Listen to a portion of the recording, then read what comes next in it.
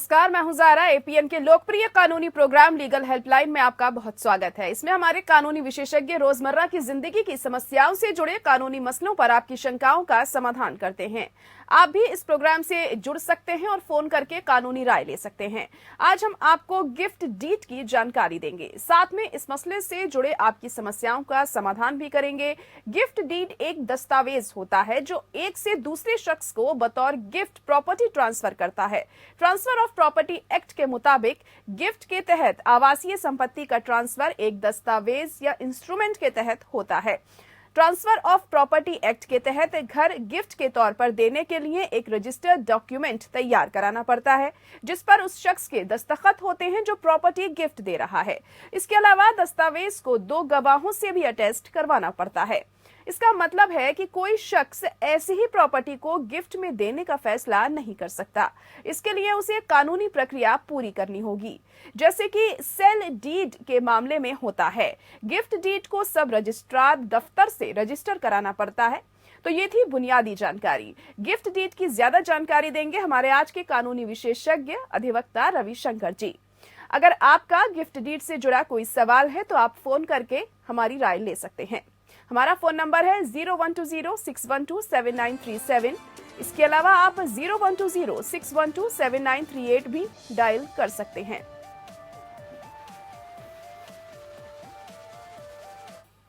और हमारे अधिवक्ता रविशंकर जी भी हमारे साथ जुड़ चुके हैं। सर, बहुत स्वागत है आपका। और पहला सवाल आपसे यही जानना चाहेंगे कि आखिर क्या होती है गिफ्ट डीड? गिफ्ट डीड एक कानूनी दस्तावेज है जो गिफ्ट जो देने वाला होता है वो जिसके फेवर में कर रहा है, उसमें सारी प्रॉपर्टी का विवरण होता है, और ताकि भविष्य में कोई भी उसे इस्तेमाल करने में किसी भी तरह की बाधा नहीं आए, और पूरा राइट टाइटल और उसका पोजीशन भी उसको डिलीवर करता है। जी, प्रॉपर्टी के लिए गिफ्ट डीड कैसे बनाई जाती है? गिफ्ट डीड में जो भी बेचने वाले हैं उनका टाइटल के हिसाब से और प्रॉपर्टी का फुल डिस्क्रिप्शन और वो किस कारण से गिफ्ट दे रहे हो, उनको गिफ्ट देने का कारण क्या है वह भी बताना होता है। और साथ में उनकी मानसिक स्थिति बिल्कुल सामान्य होनी चाहिए, वो किसी भी दबाव में होकर गिफ्ट न करें, ऐसा कानून में प्रावधान किया गया। जी जी, बिल्कुल। मानसिक स्थिति नॉर्मल होनी चाहिए, किसी दबाव में ये नहीं किया जाना चाहिए। वहीं क्या आप गिफ्ट डीड को चुनौती भी दे सकते हैं? जी हाँ, गिफ्ट डीड को जो स्थानीय कोर्ट है उसमें चैलेंज किया जाता है। उसमें उन्हीं बिंदुओं पे जो मैंने अभी बताया कि अगर कोई प्रेशर में आकर या किसी प्रलोभन में या कोई व्यक्ति बालिग नहीं हो और वो किसी को गिफ्ट उससे बनवा लिया जाए तो वह गिफ्ट वैलिड नहीं होता है। जी जी, तो ऐसे में क्या उनके खिलाफ कोई कार्रवाई हो सकती है? वो गिफ्ट कैंसिल हो जाएगा, गिफ्ट का जो डीड है वो कैंसिल हो जाएगा। जी जी, और वो जो उसके जो पूर्व के जो उसके मालिक होते हैं उनके फेवर में ही रह जाएगा। जी जी, तो गिफ्ट डीड कौन दे सकता है? जो उस संपत्ति का मालिक हो। जी जी, जो संपत्ति का मालिक होता है वो गिफ्ट डीड दे सकता है। और इसके क्या कुछ प्रावधान होते हैं, क्या कुछ प्रक्रिया होती है इसके पीछे? जी, रजिस्ट्रेशन एक्ट में जी यह प्रक्रिया दी गई है जी कि उसे रजिस्टर्ड होना होगा, जो सब रजिस्ट्रार के कार्यालय में यहाँ पे जमीन की खरीद बिक्री से संबंधित जो दस्तावेज बनते हैं उसी तरीके का डॉक्यूमेंट वो गिफ्ट का भी बनता है, डीड ऑफ गिफ्ट। उसमें सारी बातें लिखी जाती है कि इन कारणों से मैं उन्हें गिफ्ट कर रहा हूँ, और उसपे राज्य सरकार तय करती है, उस हिसाब से स्टाम्प ड्यूटी भी पेबल होता है। जी जी जी, तो इनकम टैक्स इस पर कितना लगता है फिर? इनकम टैक्स एक्चुअली वो लेने वाले पे जिसके फेवर में वो गिफ्ट किया जाएगा उसको देना होगा गिफ्ट डीड। वो भी अगर परिवार के सदस्यों के बीच में है, जैसे अपनी पत्नी को दे रहे हैं या अपने पुत्र को दे रहे हैं या कोई रक्त संबंधी को, तो ऐसी स्थिति में इनकम टैक्स नहीं लगता। जी जी, आज हम लीगल हेल्पलाइन में बात कर रहे हैं गिफ्ट डीड के बारे में, और हमारे अधिवक्ता रविशंकर जी भी बने हुए लगातार हमारे साथ। रविशंकर जी, अब ये जानना चाहेंगे आपसे कि क्या आप अपनी गिफ्ट दी हुई प्रॉपर्टी को वापस भी ले सकते हैं क्या? गिफ्ट दी हुई प्रॉपर्टी को जिसके फेवर में दिया जाता है उसे स्वीकार भी करना होता है। जी। उस प्रॉपर्टी को अगर उसने स्वीकार कर लिया तो बाद में उसे वापस नहीं लिया जा सकता है। जी जी, वापस नहीं ले सकते हैं अगर एक बार स्वीकार कर लिया गया है, इसलिए सोच समझ के ही अगर आप गिफ्ट दे एक प्रॉपर्टी को तो देना चाहिए आपको, क्योंकि बाद में उसको चेंज नहीं किया जा सकता है। वहीं अगर आप प्रॉपर्टी गिफ्ट में दे रहे हैं तो क्या डीड रजिस्टर्ड कराना जरूरी है? जी हाँ, यह बिल्कुल अनिवार्य है। अभी मैंने बताया था कि इंडियन रजिस्ट्रेशन एक्ट में वो कुछ डॉक्यूमेंट्स बताए गए हैं कि कौन कौन सा डॉक्यूमेंट है जो कंपल्सरली रजिस्टर्ड होगा। तो बिना वो रजिस्टर्ड हुए उसकी वैल्यू नहीं होती है जी। इसलिए कोई भी तरह का वो भविष्य में प्रॉब्लम नहीं हो, इसलिए प्रॉपर स्टाम्प ड्यूटी देकर और जो भी स्थानीय जो सब रजिस्ट्रार का जो कार्यालय होता है उसमें गिफ्ट डीड को रजिस्टर्ड कराया जाता है। जी जी, कौन कौन से डॉक्यूमेंट्स इसके लिए चाहिए होते हैं जब आप गिफ्ट डीड कर रहे होते हैं? तो जो संपत्ति हम गिफ्ट कर रहे हैं उस संपत्ति के स्वामित्व से संबंधित दस्तावेज और जो व्यक्ति गिफ्ट कर रहा है उसकी पहचान का दस्तावेज कि वो सही व्यक्ति गिफ्ट कर रहा है या उसके जगह पे कोई भी काल्पनिक व्यक्ति आकर गिफ्ट कर रहा है किसी की प्रॉपर्टी को हथियाने के लिए जी। तो उस प्रॉपर्टी के आइडेंटिफिकेशन का डॉक्यूमेंट प्लस देने वाले को उसका टाइटल है या नहीं और जो मालिक है उनका आइडेंटिफिकेशन का डॉक्यूमेंट। जी जी, अगर आप अपनी प्रॉपर्टी किसी दूसरे को गिफ्ट दे रहे हैं तो क्या आपको स्टैम्प ड्यूटी चुकानी होगी ऐसे में? जी, वो एक्चुअली स्टैम्प ड्यूटी का प्रावधान राज्य सरकारें करती। तो राज्य सरकार जो भी उसमें स्केल बनाती है उस हिसाब से पेएबल होता है। और बहुत बार होता है कि गिफ्ट आप किसी संस्था को भी आप दे सकते हैं। ये संस्था जैसे सपोज कि कोई भी प्रॉपर्टी किसी अनाथालय को कोई व्यक्ति दान दे दे कि मैं कि उसके जो भी उससे आमदनी होगा ना तो आप सामाजिक पर्पसेज से गिफ्ट कर रहे हैं तो वैसी स्थिति में गिफ्ट देने वाला ही जो स्टाम्प ड्यूटी है उसका भुगतान करता है। जी जी, तो गिफ्ट के मामले में क्योंकि संपत्ति के बदले में कोई पैसा नहीं लिया गया है तो क्या पार्टियों को वास्तव में स्टैम्प शुल्क का भुगतान करना चाहिए ऐसे में? जी जी, क्योंकि गिफ्ट बिल्कुल एक ट्रांसफर ऑफ प्रॉपर्टी एक्ट के अंतर्गत वो संपत्ति का हस्तांतरण है। तो संपत्ति ट्रांसफर हो जाती है, उसका मालिक पहले वाला नहीं रहता है, वो as good as the registered sale deed है। जी जी, कई बार जैसे गिफ्ट डीड दी जाती है किसी को मगर एक्सेप्ट नहीं करते हैं, जैसे उनकी मर्जी के बिना उन्हें गिफ्ट दिया जा रहा है, तो इसका भी क्या कुछ प्रावधान है? अगर वो एक्सेप्ट नहीं करते हैं तो जो मूल मालिक है उन्हीं के पास संपत्ति रह गई, वो गिफ्ट उन्होंने एक्सेप्ट नहीं किया। जी जी, तो उन्हीं के पास रहेगी। जी जी, उसी के पास रह जाएगी। जी, अगर स्टैम्प ड्यूटी चुकाई जानी है तो क्या पेमेंट इसमें कौन करता है, देने वाला या फिर लेने वाला?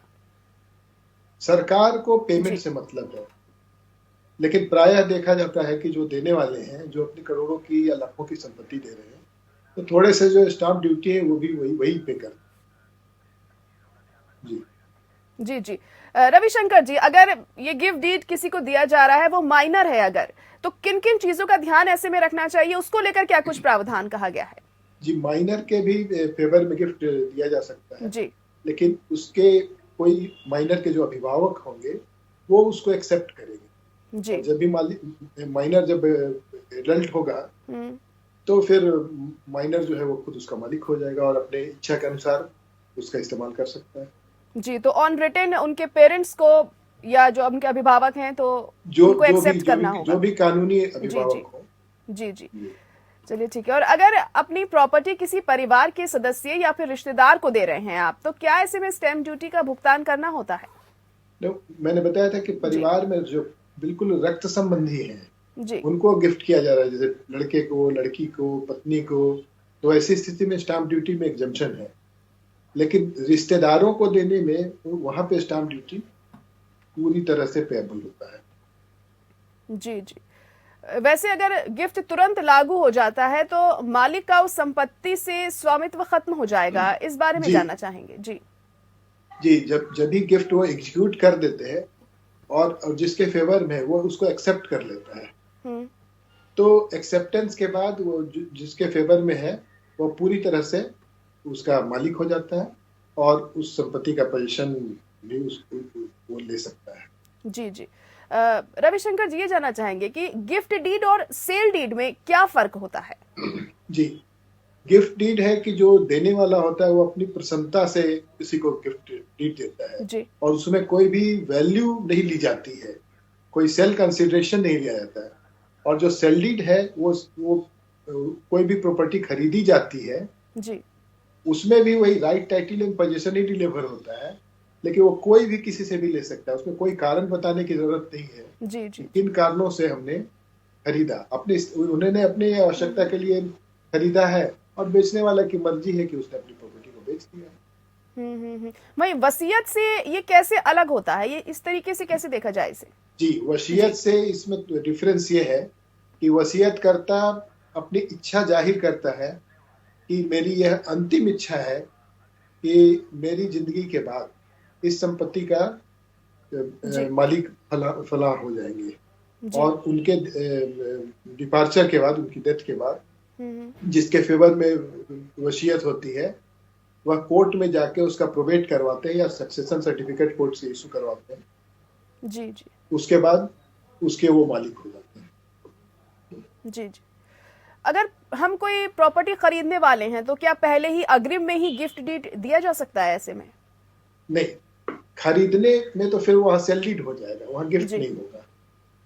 जी जी। अच्छा, उधर भारतीय कानूनों के तहत गैर रिश्तेदारों के बीच गिफ्ट को कानूनी नहीं माना जाता है, इसके बारे में बताएं।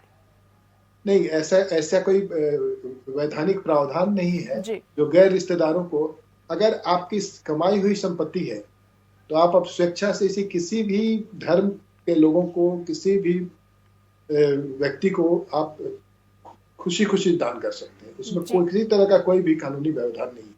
जी जी। और एक कॉलर इस वक्त हमारे साथ अभिषेक गुप्ता मध्य प्रदेश से जुड़ चुके हैं। अभिषेक, अपना सवाल पूछ सकते हैं आप।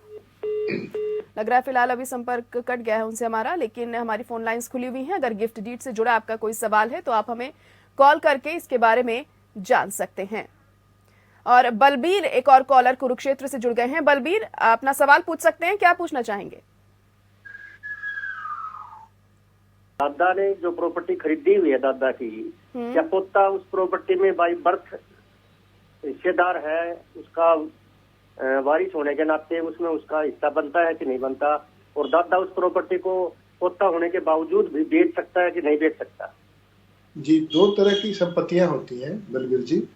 एक होता है सेल्फ एक्वायर्ड कि दादा ने अपने कमाई से उसको अर्जित किया, तो वो अपनी इच्छा के अनुसार किसी को भी गिफ्ट कर सकते हैं। और दूसरा होता है कि दादा के उनकी पुश्तैनी संपत्ति चली आ रही है, उनके भी पिताजी, उनके दादाजी के तरफ से, तो वैसी संपत्ति में उनके पुत्र का और जो भी पोते हैं उनका भी हक होता है, और वो जो पुश्तैनी संपत्ति है उसको कोई किसी को दान नहीं कर सकता, वो सिर्फ दान अपने शेयर के मुताबिक ही कर सकता है। वो उसकी, ठीक है कि दादा की संपत्ति पिता को होगी, लेकिन पिता के और जो बच्चे हैं उन सबों का भी उसमें वो राइट रहता है, इसलिए पूरी संपत्ति को दान नहीं किया जा सकता। बलबीर जी, उम्मीद है आपको जवाब मिल गया होगा। रविशंकर जी, आपसे जानना चाहेंगे अब ये कि प्रॉपर्टी को बेचने के बाद जो भी अमाउंट आता है, जो कैश आता है, क्या उसे गिफ्ट डीड के तौर पर दिया जा सकता है क्या? हाँ, अमाउंट कोई भी, वो तो वो एक अमाउंट हो गया, वो अमाउंट को भी किसी को गिफ्ट किया जा सकता है, तो उसमें इनकम टैक्स के प्रावधानों के अनुसार वो उसे इनकम माना जाएगा। लेकिन अगर परिवार के लोगों को दिया जाता है, जैसे अभी मैंने बताया था कि कोई भी अपने ब्लड रिलेशन को, पत्नी को, बेटे को, बेटी को, तो वहां पे इनकम टैक्स का एग्जेम्पशन है, वहां पर नहीं लगेगा।